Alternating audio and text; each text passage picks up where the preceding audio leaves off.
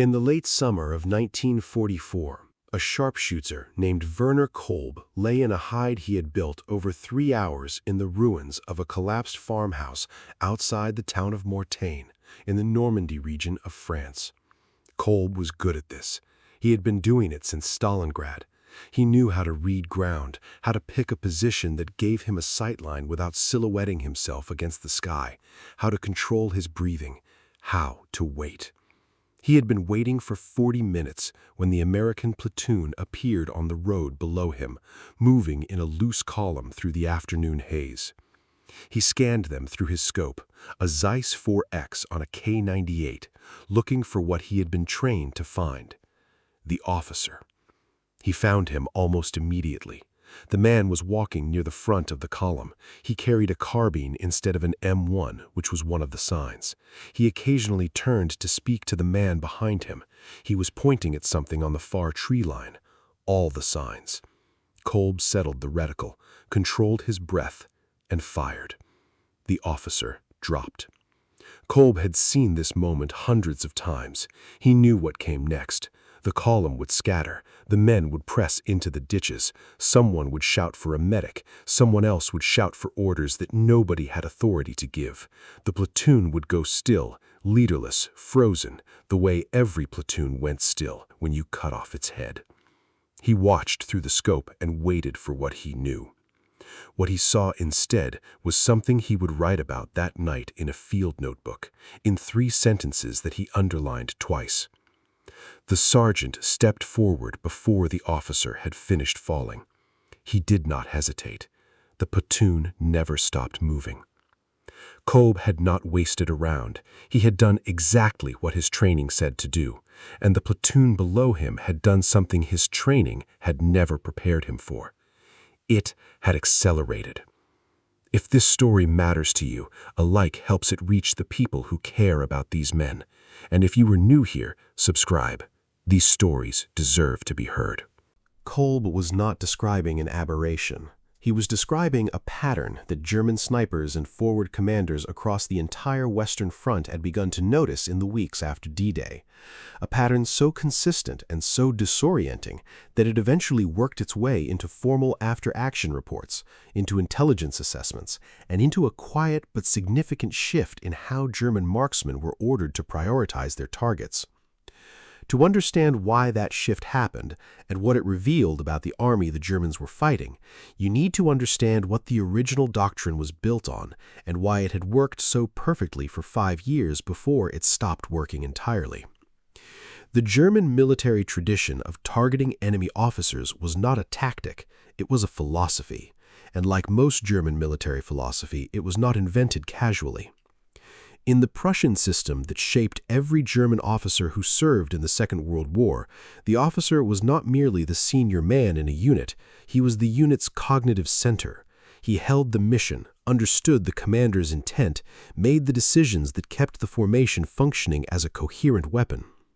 The enlisted men and non-commissioned officers beneath him were skilled, often highly skilled, but their skill was the skill of execution. They carried out plans, they did not make them.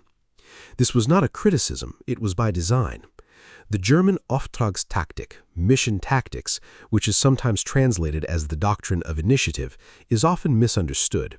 It is true that German officers at every level were expected to act without waiting for orders when the situation demanded, but that initiative operated inside a framework of intent handed down from above. A German platoon commander could improvise, a German sergeant could adapt, but both of them were adapting within a structure that an officer had built. Remove the officer and the structure did not transfer downward, it evaporated.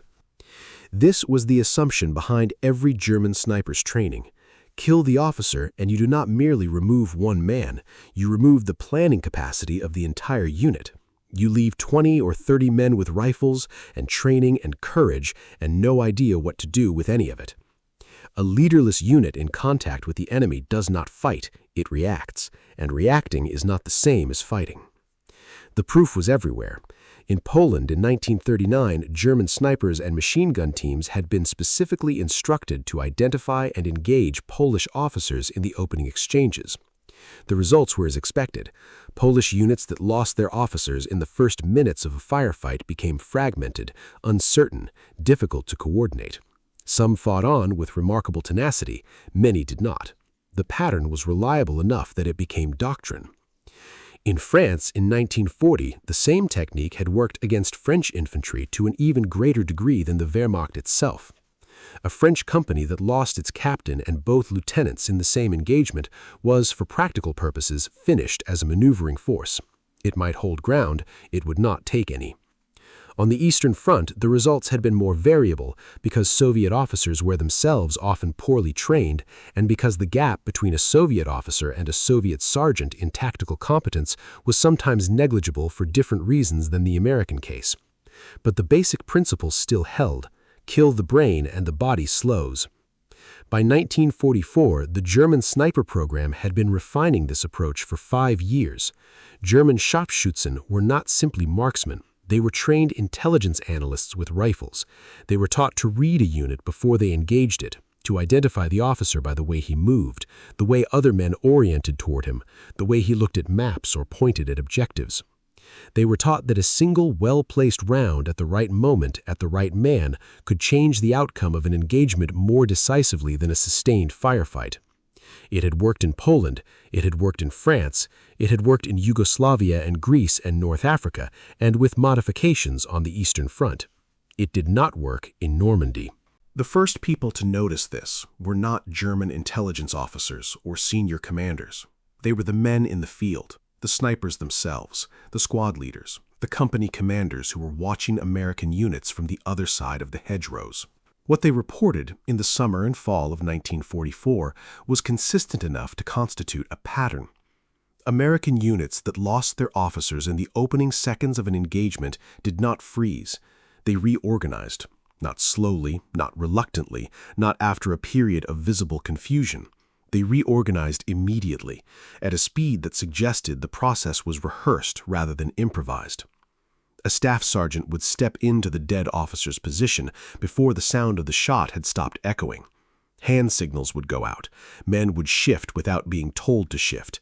The flanking movement the officer had been directing would continue, now directed by the sergeant, using the same logic, the same terrain appreciation, the same tactical purpose.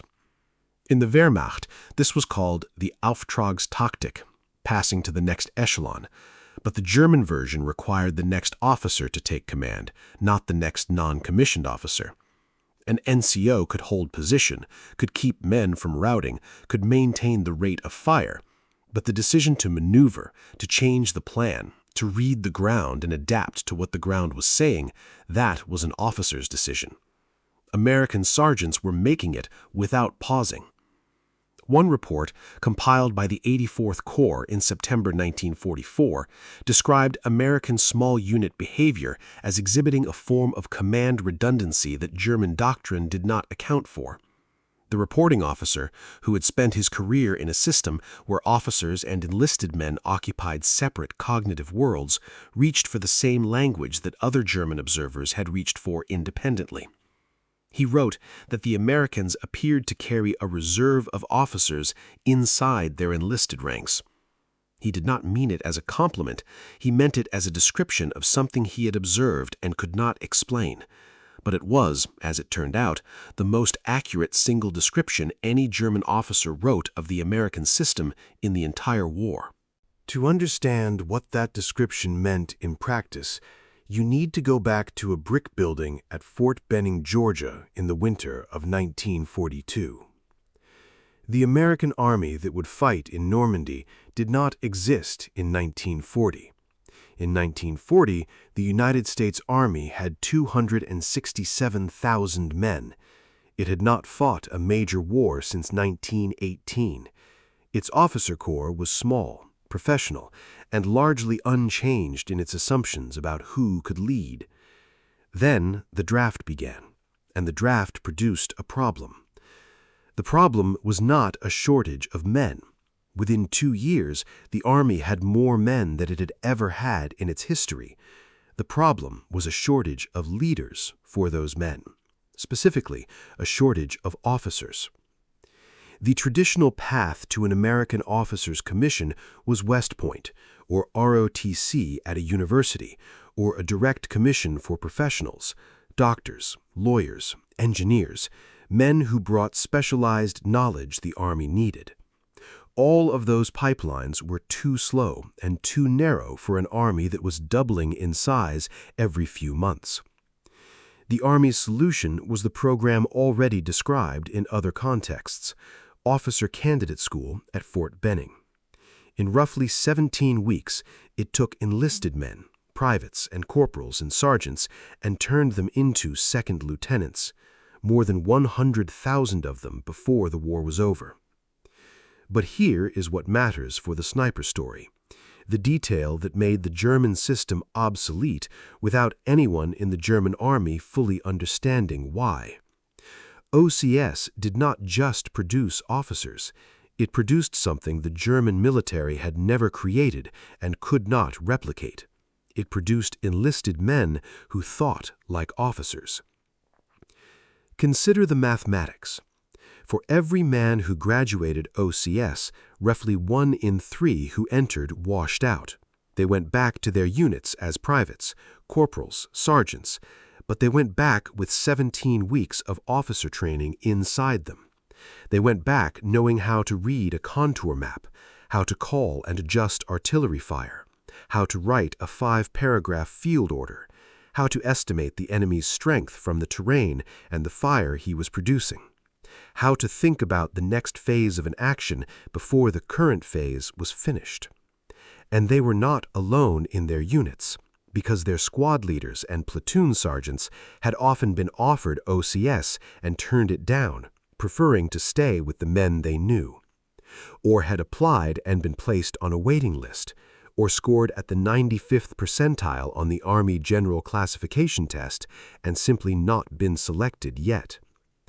This meant that in a typical American rifle platoon in Normandy, the distribution of command knowledge was not a pyramid with one man at the top.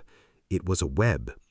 Multiple men at multiple levels who understood not just what to do, but why it was being done, and what to do next if the man above them stopped doing anything at all. The German sniper's bullet could remove one node from that web. It could not remove the web. Let us put a specific man into this picture. His name was George Zimpel. He was a staff sergeant in the 1st Infantry Division, Company B, 16th Infantry Regiment. Before the war, he had worked in a hardware store in Allentown, Pennsylvania. He had been drafted in 1942, had scored high enough on the classification test to be offered OCS, and had turned it down because, as he told the examining officer, he did not want to be responsible for men he did not know. He was, in the language of the Army, a natural NCO. On July 17, 1944, outside the village of St. Lo, Zimpel's platoon was moving along a sunken road when German fire opened from a tree line 40 meters to the right. The platoon's lieutenant, a man named Harris, who'd been with the unit for 11 days, was hit by the 2nd or 3rd round. He was dead before he reached the ground. Zimpel later described what happened next in a letter to his sister that survived the war. He wrote that he did not think about it. He wrote that he had known for months exactly what he would do if Harris went down, because Harris had told him, and Harris had shown him, and the two of them had talked through the ground ahead every morning before the platoon moved. He wrote that the plan was already inside him, that taking over felt less like assuming command and more like continuing a conversation. He moved the platoon. He shifted the BAR team to a position that suppressed the tree line. He took 2 men through a gap in the hedge on the left, came around behind the German position, and cleared it. The engagement lasted less than 8 minutes from the moment Harris fell. Zimpel was not a decorated hero. He did not receive the Medal of Honor. He is not in the history books. He was a hardware store employee from Allentown who spent 3 years becoming so thoroughly prepared to lead that the death of his officer was not the catastrophe it was designed to be.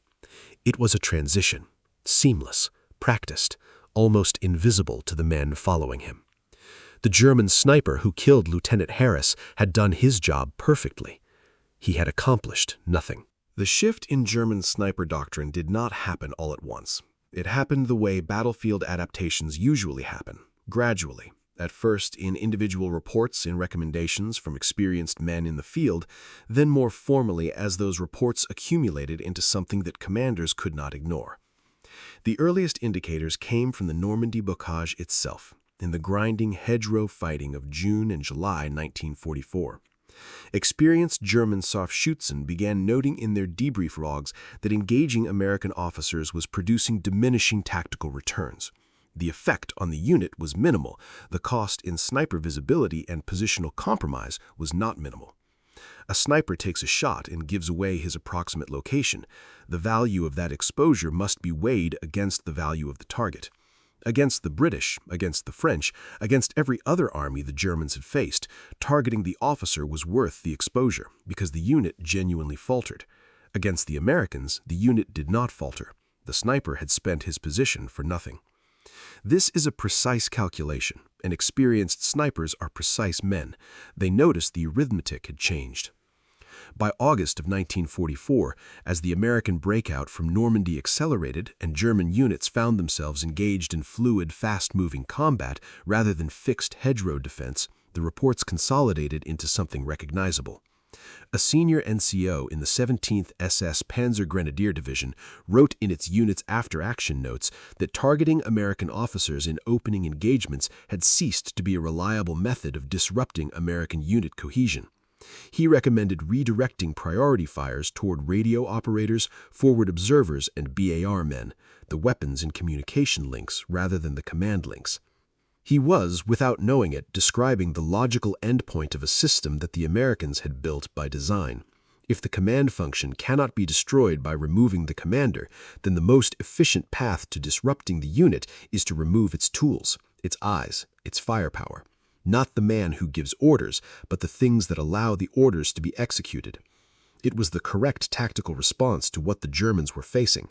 It was also, in a way they never fully articulated, an acknowledgement of defeat, an acknowledgement that the oldest reliable method in the repertoire of the professional soldier, remove the leader, watch the unit collapse, had met an army it could not break. The reason it could not break them went deeper than OCS. It went deeper than squad structure and leadership redundancy and the 17 weeks of training at Fort Benning that turned sergeants into commanders in waiting. It went to a question that American instructors asked their students that German instructors never asked theirs. The question was, what do you do when I am gone? Not if, when. In the summer of 1942, the infantry school at Fort Benning was running training cycles at a scale the world had never seen. Hundreds of men arriving every week, hundreds of men leaving. The instructors were working 18-hour days. And inside that industrial process, they were doing something that no German military academy would have recognized as pedagogy. They were telling their students that the plan would fail. Not might fail, would fail. And they were demanding that every man in the platoon know not just the plan, but the purpose behind the plan, so that when the plan failed, as it would, the purpose could still be served by whatever means remained available. A German officer was trained to execute a plan brilliantly. An American NCO was trained to survive the death of the plan and build a new one from whatever was lying on the ground. This was not a subtle difference. It was a civilizational difference. It was the difference between an army built on the assumption that the officer is the irreplaceable center of the unit, and an army built on the assumption that the officer is one carrier of a capacity that should be distributed among every man in the formation. The Americans did not phrase it that way. They phrased it the way Americans phrase things, practically, specifically, with an example. The example was always the same. Your officer is down. The sergeant is down. There are 8 men left and a machine gun position between you and the objective. What do you do? The answer was not in a field manual. The answer was in the man. Werner Kolb, the German sniper at Mortain, survived the war. He was captured by the British near Bremen in April of 1945 and spent 14 months in a camp in Norfolk before being released in the summer of 1946. He returned to his hometown of Regensburg, where his wife and 2 daughters had survived the bombing. He found work at a printing press. He never talked about the war in public, which was common among his generation and his profession.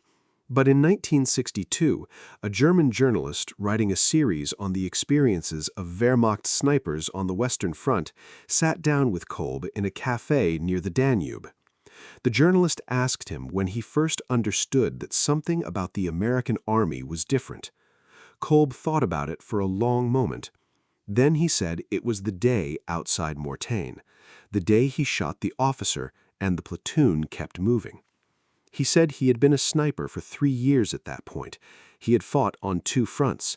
He had, he said, without any particular pride or shame, shot a great many men. He knew what a unit looked like when it lost its leader.